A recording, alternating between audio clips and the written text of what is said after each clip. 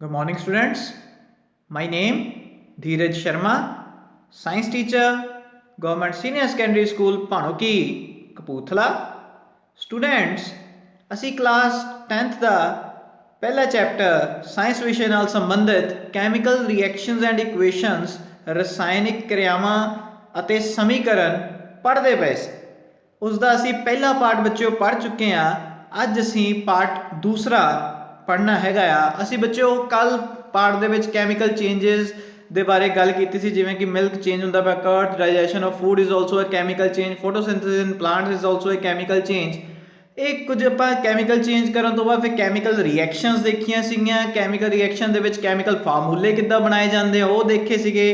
ਫਿਰ ਇਸ ਤੋਂ ਇਲਾਵਾ ਅਸੀਂ ਕੈਮੀਕਲ ਇਕੁਏਸ਼ਨਸ ਬਣਾਉਣ ਤੋਂ ਬਾਅਦ ਕੈਮੀਕਲ ਇਕੁਏਸ਼ਨ ਨੂੰ ਬੈਲੈਂਸ ਕਿੱਦਾਂ ਕਰਨਾ ਆ ਕਿ ਫਾਰਮੂਲੇਜ਼ ਨੂੰ ਆਪਾਂ ਨਹੀਂ ਛੇੜਨਾ ਹੈਗਾ ਬੱਚਿਓ। ਉਹਨਾਂ ਦੇ ਅੱਗੇ ਆਪਾਂ ਸਿਰਫ ਨੂਮੈਰੀਕਲ ਡਿਜਿਟ ਜਿਹੜਾ ਉਹ ਲਗਾ ਕੇ ਹਿੱਟ ਐਂਡ ਟ੍ਰਾਇਲ ਮੈਥਡ ਦੇ ਨਾਲ ਬੈਲੈਂਸ ਕਰ ਸਕਦੇ ਸੀ। ਅੱਜ ਬੱਚਿਓ ਅਸੀਂ ਡਿਫਰੈਂਟ ਟਾਈਪਸ ਆਫ ਰਿਐਕਸ਼ਨਸ, ਮਤਲਬ ਅਲੱਗ-ਅਲੱਗ ਪ੍ਰਕਾਰ ਦੀਆਂ ਜਿਹੜੀਆਂ ਰਸਾਇਣਿਕ ਕਿਰਿਆਵਾਂ ਆ ਉਹਦੇ ਬਾਰੇ ਬੱਚਿਓ ਹੁਣ ਅਸੀਂ ਪੜ੍ਹਨਾ ਹੈਗਾ। ਦ ਟਾਈਪਸ ਆਫ ਕੈਮੀਕਲ ਰਿਐਕਸ਼ਨਸ, ਰਸਾਇਣਿਕ ਕਿਰਿਆਵਾਂ ਦੀਆਂ ਕਿਸਮਾਂ। ਤਾਂ ਬੱਚਿਓ ਸਭ ਤੋਂ ਪਹਿਲਾਂ ਸਾਡੇ ਕੋਲ ਜਿਹੜੀ ਰਸਾਇਣਿਕ ਕਿਰਿਆ ਅਸੀਂ ਪੜ੍ਹਾਂਗੇ ਉਹ ਹੋਗੀ combination reaction, then decomposition reaction. Punjabi 'ਚ ਕੰਬੀਨੇਸ਼ਨ ਆਪਾਂ ਬੋਲਦੇ ਸੰਯੋਜਨ ਕਿਰਿਆ, ਕੰਬਾਈਨ ਹੋਣਾ, ਜੁੜਨਾ। ਡੀਕੰਪੋਜੀਸ਼ਨ ਰਿਐਕਸ਼ਨ ਅਪਘਟਨ ਕਿਰਿਆ, ਮਤਲਬ ਟੁੱਟਣਾ।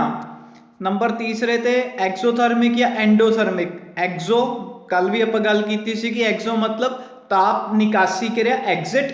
ਐਂਡੋ ਮਤਲਬ ਐਂਟਰ, ਤਾਪ ਸੋਖੀ ਕਿਰਿਆ, ਮਤਲਬ ਐਨਰਜੀ ਨੂੰ ਐਬਜ਼ੋਰਬ ਕਰਨ ਵਾਲੀ ਕਿਰਿਆ।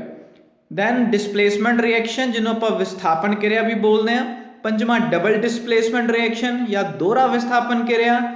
ਛੇਵੀਂ ਆਕਸੀਡੇਸ਼ਨ ਐਂਡ ਰਿਡਕਸ਼ਨ, ਆਕਸੀਡੇਸ਼ਨ ਆਕਸੀਕਰਨ, ਰਿਡਕਸ਼ਨ ਪੰਜਾਬੀ 'ਚ ਲਘੂਕਰਨ, ਜਿਸ ਨੂੰ ਅਸੀਂ ਕੰਬਾਈਨ ਰਿਡੌਕਸ ਰਿਐਕਸ਼ਨ ਵੀ ਬੋਲਦੇ ਹੈਗੇ। ਤਾਂ ਬੱਚਿਓ 6 ਰਿਐਕਸ਼ਨਸ ਆਪਾਂ ਅੱਜ ਪੜ੍ਹਨੀਆਂ ਹੈਗੀਆਂ, ਪੂਰੀ ਡਿਟੇਲ ਦੇ ਵਿੱਚ ਪੜ੍ਹਾਂਗੇ। ਸਭ ਤੋਂ ਪਹਿਲੀ ਰਿਐਕਸ਼ਨ ਜਿਹੜੀ ਅਸੀਂ ਦੇਖਣੀ ਆ ਬੱਚਿਓ ਹੈਗੀ ਕੰਬੀਨੇਸ਼ਨ ਰਿਐਕਸ਼ਨ।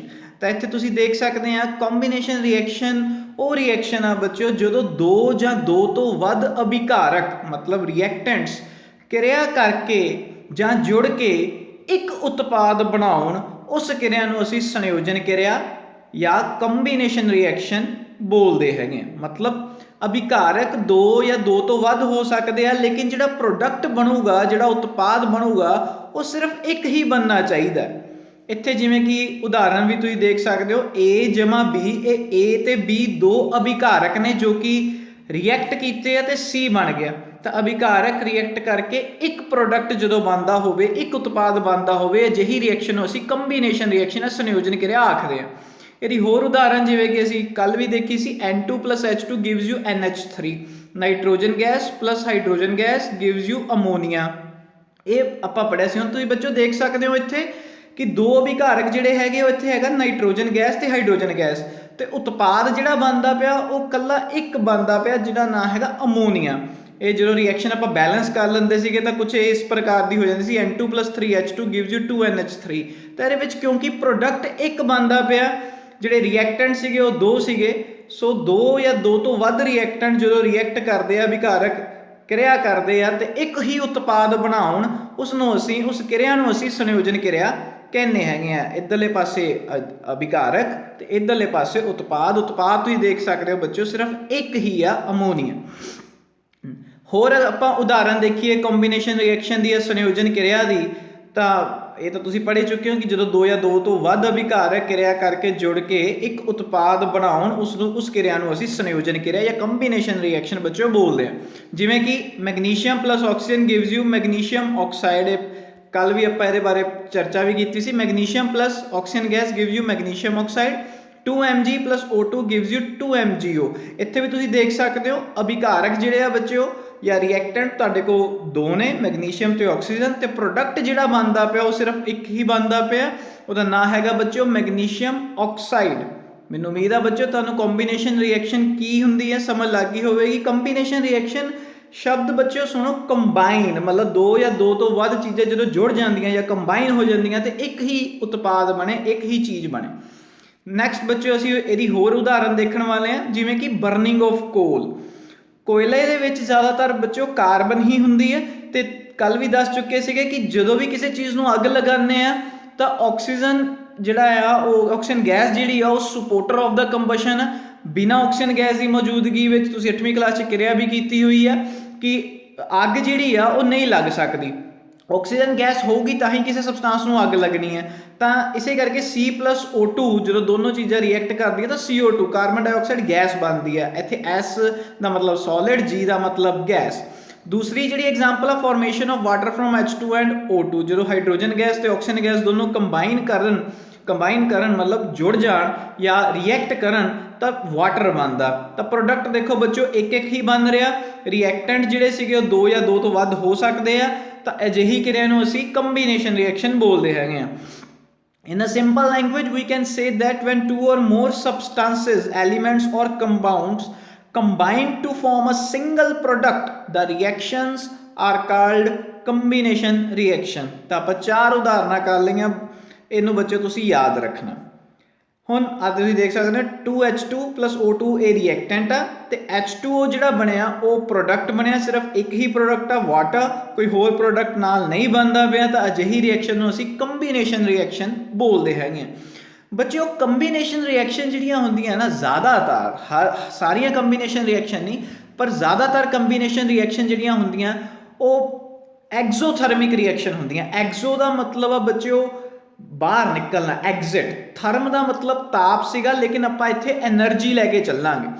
मतलब जो कोई किसी भी रिएक्शन दे विचों एनर्जी अगर बाहर निकले, हुण एनर्जी चाहे लाइट की फॉर्म च होवे चाहे हीट की फॉर्म च होवे, अगर कुछ ना कुछ एनर्जी बाहर निकलती पई आ तो असी उस रिएक्शन नूं कहांगे एक्सोथर्मिक रिएक्शन।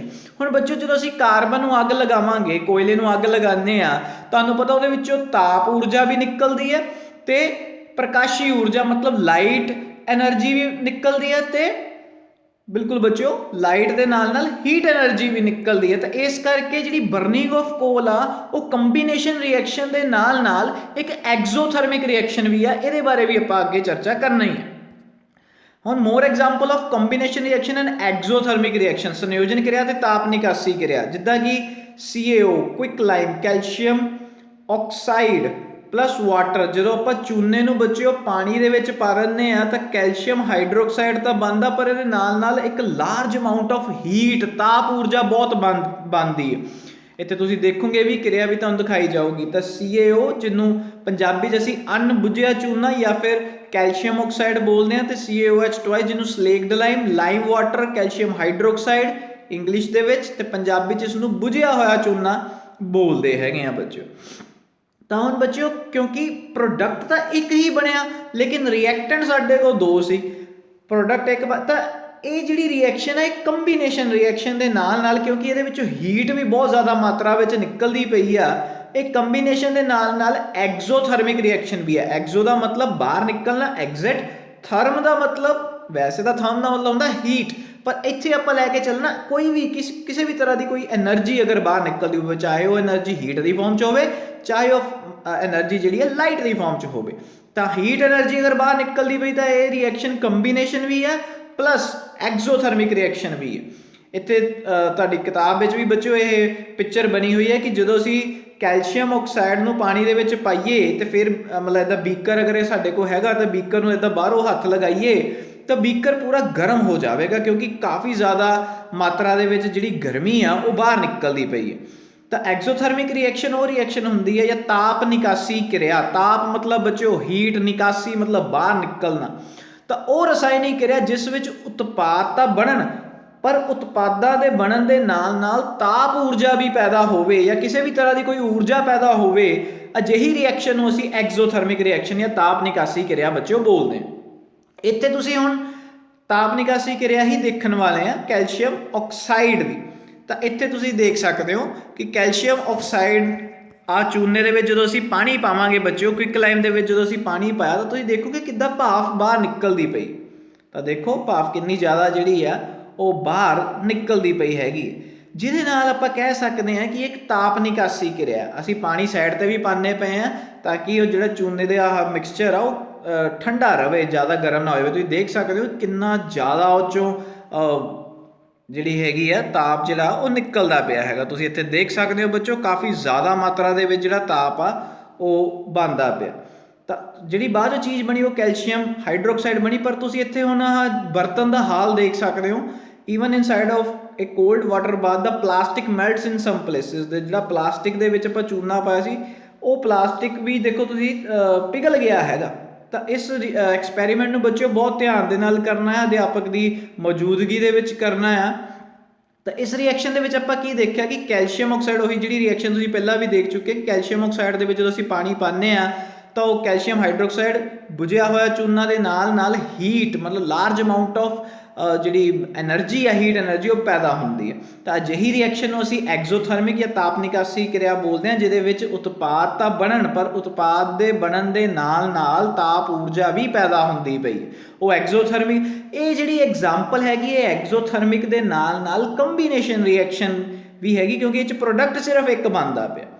ਤਾਂ ਮੈਨੂੰ ਉਮੀਦ ਆ ਬੱਚਿਓ ਤੁਹਾਨੂੰ ਇਹ ਰਿਐਕਸ਼ਨ ਤੇ ਕਿਰਿਆ ਪੂਰੀ ਸਮਝ ਲੱਗ ਗਈ ਹੋਵੇਗੀ।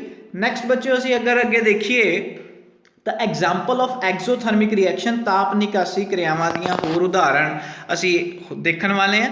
ਸਾਹ ਕਿਰਿਆ ਜਿਹੜੀ ਆ, ਜਿਹੜਾ ਅਸੀਂ ਫੂਡ ਖਾਧਾ ਆ, ਫੂਡ ਤੋਂ ਜਿਹੜੀ ਐਨਰਜੀ ਲੈਣੀ ਆ ਉਸ ਨੂੰ ਅਸੀਂ ਬੋਲਦੇ ਹਾਂ ਰੈਸਪੀਰੇਸ਼ਨ ਜਾਂ ਸਾਹ ਕਿਰਿਆ। ਉਹ ਵੀ ਇੱਕ ਤਾਪ ਨਿਕਾਸੀ ਕਿਰਿਆ ਹੈ। ਸਾਡੇ ਸਰੀਰ ਦੇ ਸੈੱਲਾਂ ਵਿੱਚ ਜਦੋਂ ਗਲੂਕੋਜ਼ ਆਕਸੀਜਨ ਨਾਲ ਕਿਰਿਆ ਕਰਦਾ ਹੈ ਤਾਂ ਊਰਜਾ ਪੈਦਾ ਹੁੰਦੀ ਹੈ। ਇਹੀ ਊਰਜਾ ਜਿਹੜੀ ਪੈਦਾ ਹੋਈ ਹੈ ATP ਦੀ ਫਾਰਮ 'ਚ, ਐਡੀਨੋਸਿਨ ਟ੍ਰਾਈਫਾਸਫੇਟ ਦੀ ਫਾਰਮ ਦੇ ਵਿੱਚ, ਇਸ ਨੂੰ ਅਸੀਂ ਵੱਖ-ਵੱਖ, ਸਾਡਾ ਜਿਹੜਾ ਸਰੀਰ ਆ ਉਹ ਯੂਜ਼ ਕਰਦਾ ਵੱਖ-ਵੱਖ ਕਾਰਜਾਂ ਦੇ ਲਈ। ਜਿਵੇਂ ਕਿ ਮੈਂ ਬੋਲਦਾ ਪਿਆ ਆ ਜਾਂ ਮੇਰੇ ਸਰੀਰ ਦਾ ਤਾਪਮਾਨ ਨੂੰ ਮੇਨਟੇਨ ਰੱਖਣ ਦੇ ਲਈ ਇਸ ਨੂੰ ਹੀਟ ਐਨਰਜੀ ਵੀ ਜਿਹੜੀ ਆ ਉਹ ਪੈਦਾ ਕਰਨੀ ਪੈਂਦੀ। ਤਾਂ ਸਾਹ ਕਿਰਿਆ ਜਿਹੜੀ ਕਿ ਗਲੂਕੋਜ਼ ਪਲੱਸ ਆਕਸੀਜਨ, ਕਿਉਂਕਿ ਅਸੀਂ ਜਦੋਂ ਸਾਹ ਲੈਂਦੇ ਹਾਂ ਸਾਡੇ ਅੰਦਰ ਆਕਸੀਜਨ ਗੈਸ ਜਾਂਦੀ ਹੈ, ਫੂਡ ਅਸੀਂ ਖਾਧਾ ਹੋਇਆ ਹੁੰਦਾ ਤਾਂ ਫੂਡ ਦੇ ਵਿੱਚ glucose plus oxygen give you CO2, ਆਪਾਂ ਨੋਜ਼ ਦੇ ਥਰੂ ਆਪਣੇ ਜਿਹੜੀ ਕਾਰਬਨ ਡਾਈਆਕਸਾਈਡ ਗੈਸ ਆ ਉਹ ਬਾਹਰ ਕੱਢ ਦਿੰਦੇ ਆ। ਵਾਟਰ ਅਗਰ ਸਾਡੀ ਬੋਡੀ ਦੇ ਵਿੱਚ ਕਮੀ ਆ ਪਾਣੀ ਦੀ, ਉਹ ਅਬਜ਼ੋਰਬ ਕਰ ਲਿਆ ਜਾਊਗਾ ਜਾਂ ਫਿਰ ਸਵੈਟ ਜਾਂ ਯੂਰੀਨ ਦੀ ਫਾਰਮ 'ਚ ਬਾਹਰ ਨਿਕਲ ਜਾਊਗਾ। ਤੇ ਲਾਰਜ ਅਮਾਊਂਟ ਆਫ ਐਨਰਜੀ, ਉਹੀ ATP ਦੀ ਫਾਰਮ ਦੇ ਵਿੱਚ ਜਿਹੜੀ ਐਨਰਜੀ ਉਹ ਪੈਦਾ ਹੁੰਦੀ ਆ। ਤੇ ਅਸੀਂ ਕਿਉਂਕਿ ਇਹ ਰਿਐਕਸ਼ਨ ਜਿਹੜੀ ਹੈ ਕੰਬੀਨੇਸ਼ਨ ਰਿਐਕਸ਼ਨ ਤਾਂ ਨਹੀਂ ਹੈਗੀ, ਪਰ ਇਹ ਇੱਕ ਐਗਜ਼ੋਥਰਮਿਕ ਰਿਐਕਸ਼ਨ ਜ਼ਰੂਰ ਆ। ਕਿਉਂਕਿ ਇਹਦੇ ਵਿੱਚ ਜਿਹੜੀ ਐਨਰਜੀ ਆ ਉਹ ਬਾਹਰ ਨਿਕਲਦੀ ਪਈ ਹੈ। ਤਾਂ ਬਰਨਿੰਗ ਆਫ ਨੈਚੁਰਲ ਗੈਸ, ਅਗਰ ਤੁਸੀਂ ਨੈਚੁਰਲ ਗੈਸ ਤੁਹਾਨੂੰ ਪਤਾ ਹੋਵੇ CH4 ਜਿਹੜੀ ਹੈ ਬੱਚੇ ਉਹ ਮਿਥੇਨ ਬੋਲਦੇ ਆ, ਬਾਇਓਗੈਸ ਵੀ ਬੋਲਦੇ ਆ ਇਹਨੂੰ, ਗੋਬਰ ਗੈਸ ਵੀ ਬੋਲਦੇ ਆ, ਸ਼ਾਇਦ ਤੁਸੀਂ ਨਾਮ ਸੁਣਿਆ ਵੀ ਹੋਵੇ। ਤਾਂ CH4 ਪਲੱਸ ਆਕਸੀਜਨ ਦੇ ਨਾਲ ਜਦੋਂ ਇਹ ਰਿਐਕਸ਼ਨ ਕਰਦੀ ਤਾਂ CO2 H2O ਤੇ large amount of heat is produced, heat ਵੀ ਤੇ ਲਾਈਟ ਐਨਰਜੀ ਵੀ ਜਿਹੜੀ ਆ ਉਹ ਪੈਦਾ ਹੁੰਦੀ ਹੈ। ਤਾਂ ਇਹ ਵੀ ਇਹਦੇ ਵਿੱਚ ਉਤਪਾਦ ਦੇਖੋ, ਦੋਨੋਂ ਕਿਰਿਆ ਦੇ ਵਿੱਚ ਉਤਪਾਦ ਦੇਖੋ, ਉਤਪਾਦ ਤਾਂ ਦੋ ਬਣਦੇ ਪਏ, ਕਾਰਬਨ ਡਾਈਆਕਸਾਈਡ ਤੇ ਵਾਟਰ। ਤਾਂ ਇਸ ਕਰਕੇ ਇਸ ਨੂੰ ਅਸੀਂ ਕੰਬੀਨੇਸ਼ਨ ਰਿਐਕਸ਼ਨ ਤਾਂ ਨਹੀਂ ਕਵਾਂਗੇ, ਲੇਕਿਨ ਇਹਦੇ ਵਿੱਚ ਐਨਰਜੀ ਪੈਦਾ ਹੋ ਰਹੀ ਹੈ, ਇਸ ਕਰਕੇ ਇਸ ਨੂੰ ਅਸੀਂ ਤਾਪ ਨਿਕਾਸੀ ਕਿਰਿਆ ਜ਼ਰੂਰ ਬੋਲ ਦੇਵਾਂਗੇ। ਤਾਂ ਇਸ ਕਰਕੇ ਦੋਨੋਂ ਰਿਐਕਸ਼ਨਾਂ ਜਿਹੜੀਆਂ ਆ ਉਹ ਐਗਜ਼ੋਥਰਮਿਕ ਰਿਐਕਸ਼ਨ। ਬਨਸਪਤੀ ਪਦਾਰਥਾਂ ਦੀ ਅਪਘਟਨ ਕਿਰਿਆ ਦੇ ਨਤੀਜੇ ਵਜੋਂ ਕੰਪੋਸਟ ਬਣਨਾ ਵੀ ਤਾਪ ਨਿਕਾਸੀ ਕਿਰਿਆ ਦੀ ਹੀ ਉਦਾਹਰਣ ਹੈ। The decomposition of vegetable matter into compost is also an example of exothermic reaction।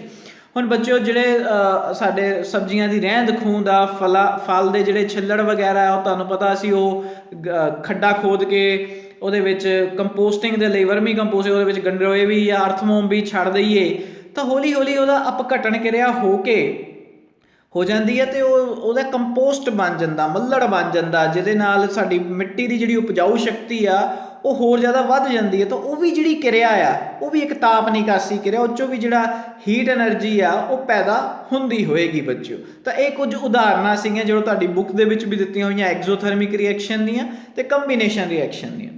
ਅਗਲੀ ਜਿਹੜੀ ਆਪਾਂ ਬੱਚਿਓ ਰਿਐਕਸ਼ਨ ਪੜ੍ਹਨੀ ਹੈ ਨੰਬਰ 2 ਤੇ, ਉਹ ਹੈਗੀ ਡੀਕੰਪੋਜੀਸ਼ਨ ਰਿਐਕਸ਼ਨ, ਅਪਘਟਨ ਕਿਰਿਆ। ਅਪਘਟਨ ਕਿਰਿਆ ਬੱਚਿਓ 3 ਤਰ੍ਹਾਂ ਦੀ ਹੈ ਸਾਡੇ ਕੋਲ। ਥਰਮਲ ਡੀਕੰਪੋਜੀਸ਼ਨ, ਜਿਹਨੂੰ ਆਪਾਂ ਕਹਿ ਦਈਏ ਤਾਪ ਅਪਘਟਨ ਕਿਰਿਆ। ਅਪਘਟਨ ਮਤਲਬ ਬੱਚਿਓ ਤੋੜਨਾ, ਕਿਸੇ ਵੀ ਚੀਜ਼ ਨੂੰ, ਕਿਸੇ ਵੀ ਅਭਿਕਾਰਕ ਨੂੰ ਤੋੜਨਾ। ਜਿਵੇਂ ਕਿ A ਆ, A ਨੂੰ ਆਪਾਂ ਤੋੜ ਕੇ B ਤੇ C ਦੇ ਵਿੱਚ ਕਨਵਰਟ ਕਰ ਲਿਆ, ਲੇਕਿਨ ਕੀ ਦੇ ਕੇ?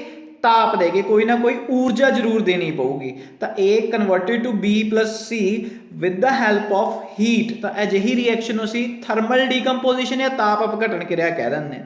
ਨੰਬਰ ਦੂਸਰੇ ਤੇ ਸਾਡੇ ਕੋਲ ਹੈਗਾ ਫੋਟੋ ਡੀਕੰਪੋਜੀਸ਼ਨ ਰਿਐਕਸ਼ਨ ਜਾਂ ਪ੍ਰਕਾਸ਼ੀ ਅਪਘਟਨ ਕਿਰਿਆ। ਪ੍ਰਕਾਸ਼ ਦੀ ਮਦਦ ਦੇ ਨਾਲ ਕਿਸੇ ਅਭਿਕਾਰਨ ਨੂੰ ਤੋੜ ਕੇ ਅਸੀਂ B ਤੇ C ਮਤਲਬ ਉਤਪਾਦ ਹੋਰ ਬਣਾਈਏ। ਇੰਜ ਹੀ ਸਾਡੇ ਕੋਲ ਜਿਹੜੀ ਤੀਸਰੀ ਅਪਘਟਨ ਕਿਰਿਆ ਉਹ ਹੈਗੀ ਇਲੈਕਟ੍ਰੀਕਲ ਡੀਕੰਪੋਜੀਸ਼ਨ ਜਾਂ ਜਿਹਨੂੰ ਅਸੀਂ ਇਲੈਕਟ੍ਰੋਲਾਈਸਿਸ ਵੀ ਬੋਲਦੇ ਹਾਂ, ਬਿਜਲਈ ਅਪਘਟਨ ਕਿਰਿਆ। ਇਹਦੇ ਵਿੱਚ ਆਪਾਂ ਬਿਜਲੀ ਦੀ ਮਦਦ ਦੇ ਨਾਲ, ਇਲੈਕਟ੍ਰੋਲਾਈਸਿਸ ਦਾ ਮਤਲਬ ਹੀ ਹੈ ਇਲੈਕਟ੍ਰੋ ਮਤਲਬ ਇਲੈਕਟ੍ਰੀਸਿਟੀ, ਲਾਈਸਿਸ ਦਾ ਮਤਲਬ ਬ੍ਰੇਕਡਾਊਨ, ਤੋੜਨਾ।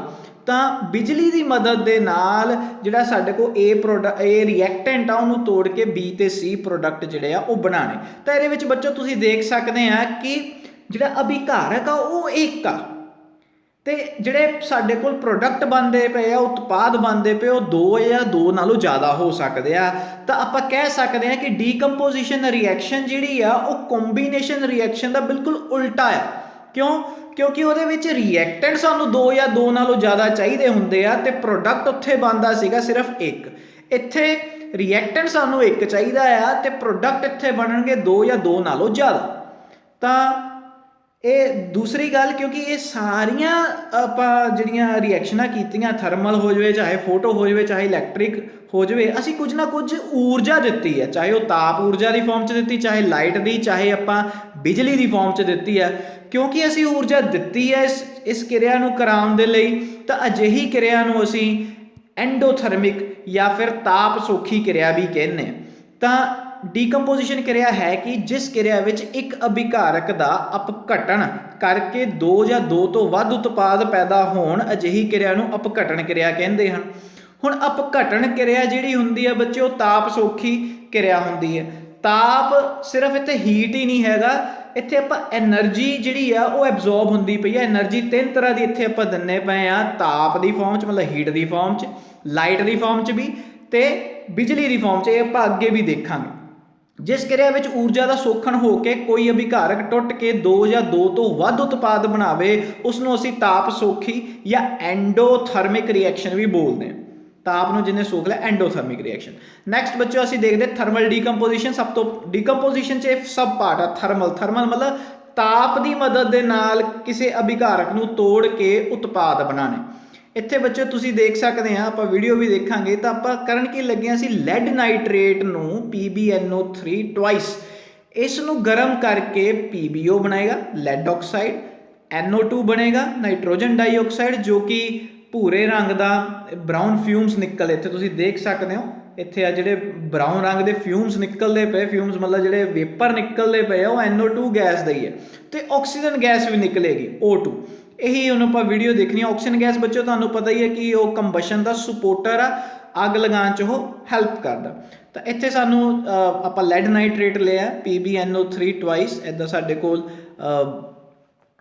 ਡੱਬੇ 'ਚ ਹੁੰਦਾ ਹੈ। ਸਾਡੇ ਕੋਲ ਇੱਦਾਂ ਲੈਬੋਰਟਰੀਜ਼ ਦੇ ਵਿੱਚ ਸਾਡੇ ਕੋਲ ਬਰਨਰ ਹੈਗਾ ਆ, test tube holder, test tube, spatula ਵਗੈਰਾ, ਇਹ ਸਾਰੀਆਂ ਚੀਜ਼ਾਂ ਬੱਚਿਓ ਸਾਡੇ ਕੋਲ ਮੌਜੂਦ ਹੁੰਦੀਆਂ ਲੈਬੋਰਟਰੀਜ਼ ਦੇ ਵਿੱਚ। ਤਾਂ ਅਸੀਂ ਕੀ ਕਰਨਾ ਹੈ ਕਿ ਥੋੜ੍ਹਾ ਜਿਹਾ ਸਪੈਚੂਲਾ ਦੀ ਮਦਦ ਦੇ ਨਾਲ ਅਸੀਂ ਥੋੜ੍ਹਾ ਜਿਹਾ PbNO3 ਟਵਾਈਸ ਮਤਲਬ ਲੈਡ ਨਾਈਟ੍ਰੇਟ ਨੂੰ ਆਪਣੀ ਟੈਸਟ ਟਿਊਬ ਦੇ ਵਿੱਚ ਪਾ ਲਿਆ। ਤੁਸੀਂ ਰੰਗ ਦੇਖ ਸਕਦੇ ਹੋ PbNO3 ਟਵਾਈਸ ਦਾ, ਵਾਈਟਿਸ਼ ਕਲਰ ਦਾ ਹੁੰਦਾ ਬੱਚਿਓ ਇਹ। ਤਾਂ ਇੱਕ ਅਗਰਬੱਤੀ ਲੈ ਲੈਣੀ ਹੈ। ਅਗਰਬੱਤੀ ਉਹ ਤੁਹਾਨੂੰ ਦੱਸਾਂਗੇ ਕਿ ਉਹਦਾ ਉਪਯੋਗ ਕਿੱਥੇ ਹੋਣਾ ਜਾ ਕੇ, ਉਹ ਆਕਸੀਜਨ ਗੈਸ ਦੀ ਪ੍ਰੈਜ਼ੈਂਸ ਨੂੰ ਡਿਟੈਕਟ ਕਰਨ ਦੇ ਲਈ ਉਹ ਆਪਾਂ ਦੇਖਾਂਗੇ। ਹੁਣ PbNO3 ਟੁੱਟ ਕੇ PbO lead oxide, NO2 nitrogen dioxide ਤੇ ਆਕਸੀਜਨ ਦੇ ਵਿੱਚ ਟੁੱਟੇਗੀ। ਆਕਸੀਜਨ ਗੈਸ ਜਿਹੜੀ ਉਹ ਅਗਰਬੱਤੀ ਨੂੰ ਜੇਕਰ ਉਹ ਹਲਕੀ ਜਿਹੀ ਜਲਦੀ ਹੋਊਗੀ ਨਾ, ਤਾਂ ਉਸਨੂੰ ਬ੍ਰਾਈਟ ਜਲਾਉਣ 'ਚ ਹੈਲਪ ਕਰੂਗੀ। ਇੱਥੇ ਤੁਸੀਂ ਦੇਖੋਗੇ ਤਾਂ PbNO3 ਟਵਾਈਸ ਨੂੰ ਅਸੀਂ ਟੈਸਟ ਟਿਊਬ 'ਚ ਪਾ ਕੇ ਹੁਣ ਅਸੀਂ ਉਸਨੂੰ ਹੀਟ ਕਰਨਾ ਸ਼ੁਰੂ ਕੀਤਾ ਆ, ਥਰਮਲ ਡੀਕੰਪੋਜੀਸ਼ਨ ਕਰਨ ਲੱਗ ਗਏ। ਤਾਂ ਤੁਸੀਂ ਦੇਖੋਗੇ ਹੌਲੀ ਹੌਲੀ ਹੌਲੀ ਇਹਨੂੰ ਜਦੋਂ ਅਸੀਂ ਗਰਮ ਕਰਦੇ ਪਏ ਹਾਂ ਤਾਂ ਇਹਦਾ ਜਿਹੜਾ ਰੰਗ ਆ ਉਹ ਬਦਲਣਾ ਸ਼ੁਰੂ ਹੋ ਜਾਣਾ, ਜਿੱਦਾਂ ਇੱਦਾਂ ਇਸਨੂੰ ਹੀਟ ਕਰਾਵਾਂਗੇ। ਦੂਸਰੇ ਪਾਸੇ ਅਸੀਂ ਆਪਣੀ ਜਿਹੜੀ ਅਗਰਬੱਤੀ ਹੈ ਉਸਨੂੰ ਵੀ ਥੋੜ੍ਹਾ ਜਿਹਾ ਜਲਾ ਕੇ ਉਸਨੂੰ ਬੁਝਾ ਲੈਣਾ ਹੈਗਾ। ਜਦੋਂ ਆਪਾਂ ਇਸਨੂੰ ਗਰਮ ਕਰਾਂਗੇ ਸਾਨੂੰ ਡੈਕਰੀਪੀਏਸ਼ਨ ਸਾਊਂਡ ਆਊਗੀ, ਮਤਲਬ ਕੜਕ ਕੜਕ ਕੜਕ ਦੀ ਆਵਾਜ਼ ਆ ਸਕਦੀ ਹੈ। ਤੁਸੀਂ ਦੇਖੋ ਅਗਰਬੱਤੀ ਨੂੰ ਜਲਾ ਕੇ ਮੈਂ ਬੁਝਾ ਲਿਆ ਹੈਗਾ, ਇਹਨੂੰ ਜ਼ਿਆਦਾ ਨਹੀਂ ਚਲਾਉਣਾ, ਅਸੀਂ ਬਸ ਥੋੜ੍ਹਾ ਜਿਹਾ ਚਲਾ ਕੇ ਛੱਡ ਲਿਆ। ਤਾਂ ਤੁਸੀਂ ਦੇਖੋਗੇ ਜਿਹੜਾ ਵਾਈਟ ਰੰਗ ਸੀਗਾ ਹੁਣ ਉਹ ਬਰਾਊਨਿਸ਼ ਜਿਹਾ ਹੋ ਲੱਗ ਗਿਆ। ਇਹ ਬਰਾਊਨਿਸ਼ ਬੱਚਿਓ ਤਾਂ ਹੋ ਲੱਗ ਗਿਆ ਕਿਉਂਕਿ ਇਹਦੇ ਵਿੱਚ NO2 ਦੇ ਜਿਹੜੇ ਆ ਗੈਸ ਜਿਹੜੀ ਉਹ ਬਣਨ ਲੱਗ ਗਈ। ਹੁਣ ਤੁਸੀਂ ਦੇਖੋ ਮੈਂ ਅਗਰਬੱਤੀ ਨੂੰ ਜਦੋਂ ਉਹਦੇ ਅੰਦਰ ਪਾਇਆ ਤਾਂ ਉਹਦੀ ਜਿਹੜੀ ਫਲੇਮ ਦੇਖੋ, ਜਿਹੜਾ ਮਤਲਬ ਜਿਹੜਾ ਉਹਦਾ ਬਰਾਈਟਨੈਸ ਆ ਉਹ ਦੇਖੋ ਉਹ ਵੱਧ ਜਾਏਗੀ। ਉਹ ਦੇਖੋ ਪੂਰੀ ਜਲਣ ਲੱਗ ਗਈ। ਇਹ ਕਿਸ ਕਰਕੇ ਜੱਲੀ? ਇਹ ਜੱਲੀ ਪੁੱਤਰ ਆਕਸੀਜਨ ਗੈਸ ਕਰਕੇ, ਕਿਉਂਕਿ oxygen gas is the supporter of combustion. ਅਗਰਬੱਤੀ ਤੇ ਥੋੜੀ ਜਿਹੀ ਅੱਗ ਤਾਂ ਪਹਿਲੇ ਹੀ ਲੱਗੀ ਹੋਈ ਸੀਗੀ, ਲੇਕਿਨ ਆਕਸੀਜਨ ਗੈਸ ਨੇ ਉਸ ਅੱਗ ਨੂੰ ਹੋਰ ਜ਼ਿਆਦਾ ਬਰਾਈਟ ਕਰ ਦਿੱਤਾ। ਤਾਂ ਆਪਾਂ ਇੱਥੋਂ ਦੀ ਡਿਟੈਕਸ਼ਨ ਕਰ ਲਈ ਕਿ ਆਕਸੀਜਨ ਗੈਸ ਜਿਹੜੀ ਆ ਉਹ ਪੈਦਾ ਹੋ ਰਹੀ ਹੈ। ਇੱਥੇ ਤੁਹਾਨੂੰ ਤੁਸੀਂ ਧਿਆਨ ਨਾਲ ਦੇਖੋਗੇ ਤਾਂ ਟੈਸਟ ਟਿਊਬ ਦੇ ਵਿੱਚੋਂ ਬਰਾਊਨਿਸ਼ ਕਲਰ ਦੀ ਇੱਕ ਹੋਰ ਗੈਸ ਨਿਕਲਦੀ ਪਈ ਆ। ਉਹ ਜਿਹੜੀ ਬਰਾਊਨਿਸ਼ ਕਲਰ ਦੀ ਗੈਸ ਹੈਗੀ ਆ ਉਹ ਹੈਗੀ ਨਾਈਟ੍ਰੋਜਨ ਡਾਈਆਕਸਾਈਡ ਗੈਸ, NO2।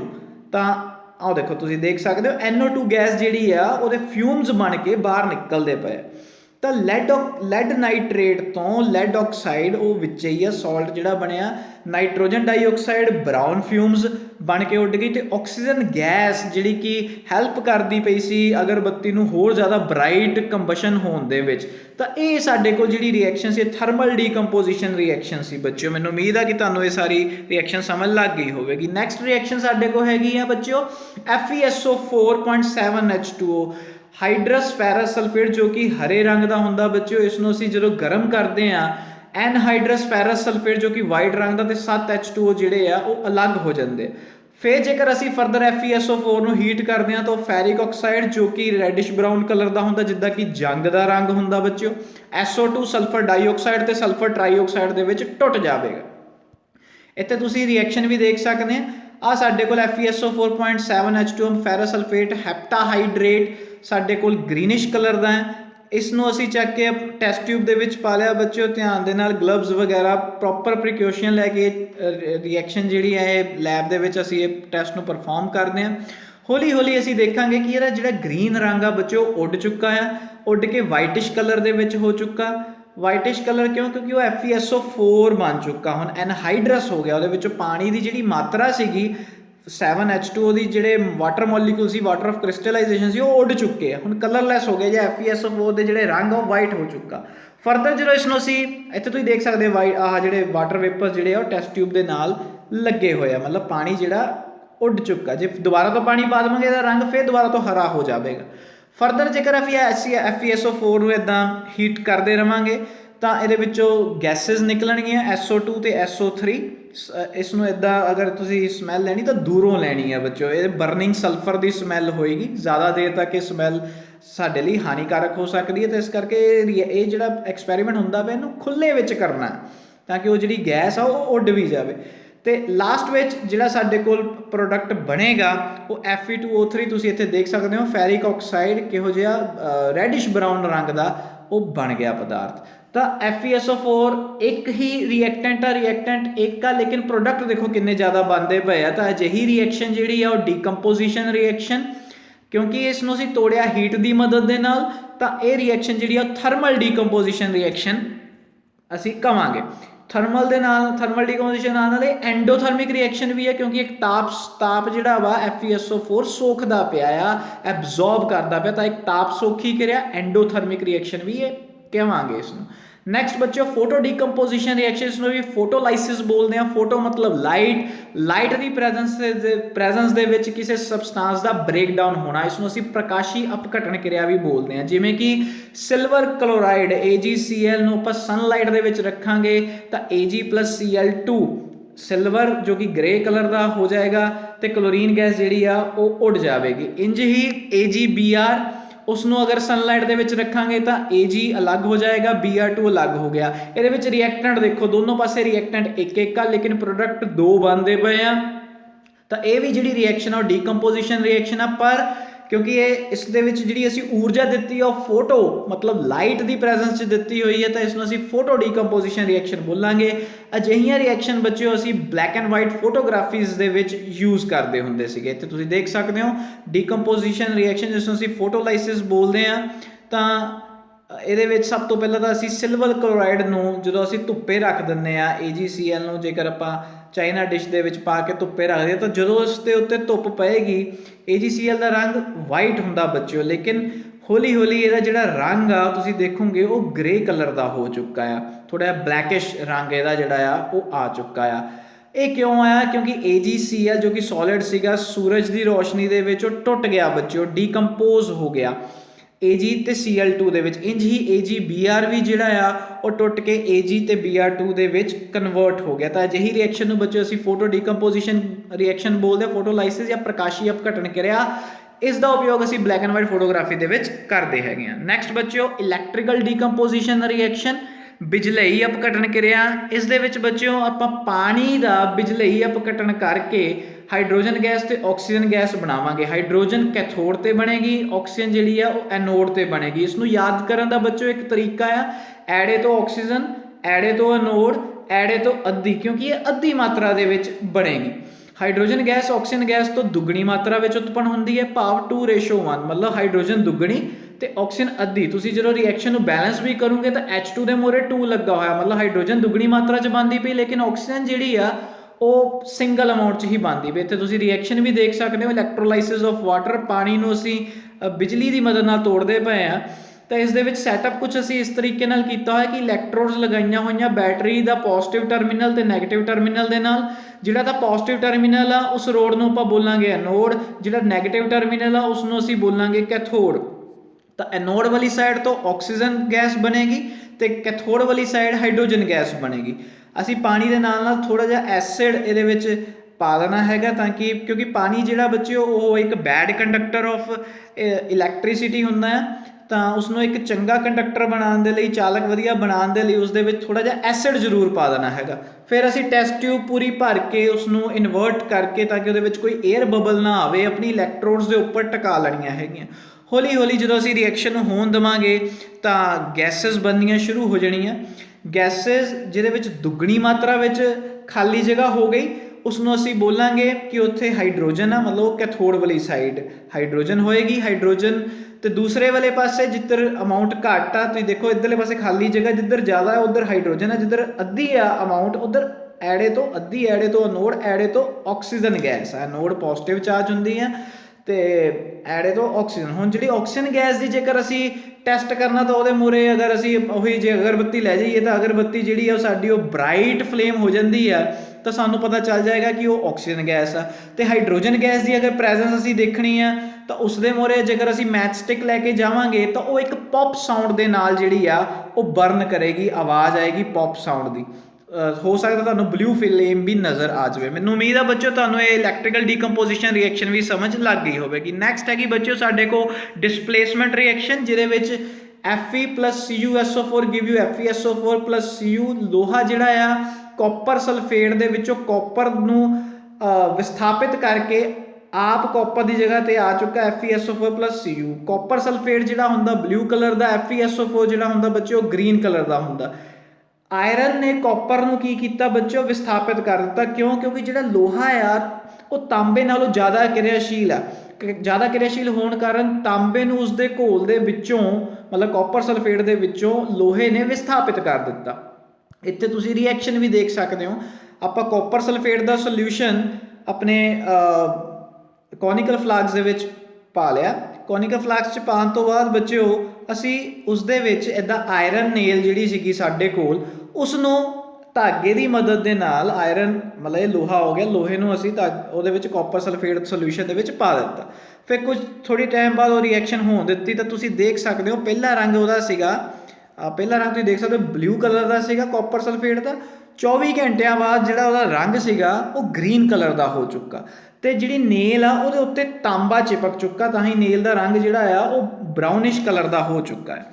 ਤਾਂ ਇਹ ਬੱਚਿਓ ਤੁਸੀਂ ਪਹਿਲਾ ਫਰਕ ਦੇਖ ਸਕਦੇ ਹੋ, ਪਹਿਲਾ ਫਰਕ ਕੀ ਸੀਗਾ ਤੇ ਹੁਣ ਕੀ ਹੈ। ਫਿਰ ਜਦੋਂ ਅਸੀਂ ਬਾਹਰ ਕੱਢ ਲਵਾਂਗੇ ਤਾਂ ਸਾਨੂੰ ਇੱਦਾਂ ਨੇਲ ਦਾ ਤੁਸੀਂ ਰੰਗ ਵੀ ਦੇਖ ਸਕਦੇ ਹੋ ਕਿ ਕਿਉਂਕਿ ਉਹਦੇ ਉੱਤੇ ਜਿਹੜਾ ਕਾਪਰ ਆ ਉਹ ਚਿਪਕ ਚੁੱਕਾ ਹੈਗਾ। ਤਾਂ ਇਹਦੇ ਵਿੱਚ ਹੁੰਦਾ ਕੀ ਪਿਆ ਕਿ A plus BC, ਤਾਂ ਜੇਕਰ A ਜ਼ਿਆਦਾ ਰਿਐਕਟਿਵ ਆ B ਮੈਟਲ ਤੋਂ ਤਾਂ A ਨੇ B ਨੂੰ ਰਿਪਲੇਸ ਕਰਤਾ, B ਇਕੱਲਾ ਹੋ ਗਿਆ ਤੇ A ਜਿਹੜੀ ਆ ਉਹ C ਦੇ ਨਾਲ ਬੈਠ ਚੁੱਕੀ ਹੈ। ਇਹੀ ਰਿਐਕਸ਼ਨ ਇੱਥੇ ਤੁਹਾਨੂੰ ਸਮਝਾਈ ਗਈ ਹੈ। ਤਾਂ ਇਹ ਵਿਸਥਾਪਨ ਕਿਰਿਆ ਦੀ ਉਦਾਹਰਨ ਸੀ ਬੱਚਿਓ। ਹੋਰ ਇਹਦੀ ਵਿਸਥਾਪਨ ਕਿਰਿਆ ਦੀ ਉਦਾਹਰਨ ਤੁਸੀਂ ਆਪਣੀ ਬੁੱਕ 'ਚੋਂ ਦੇਖ ਸਕਦੇ ਹੋ।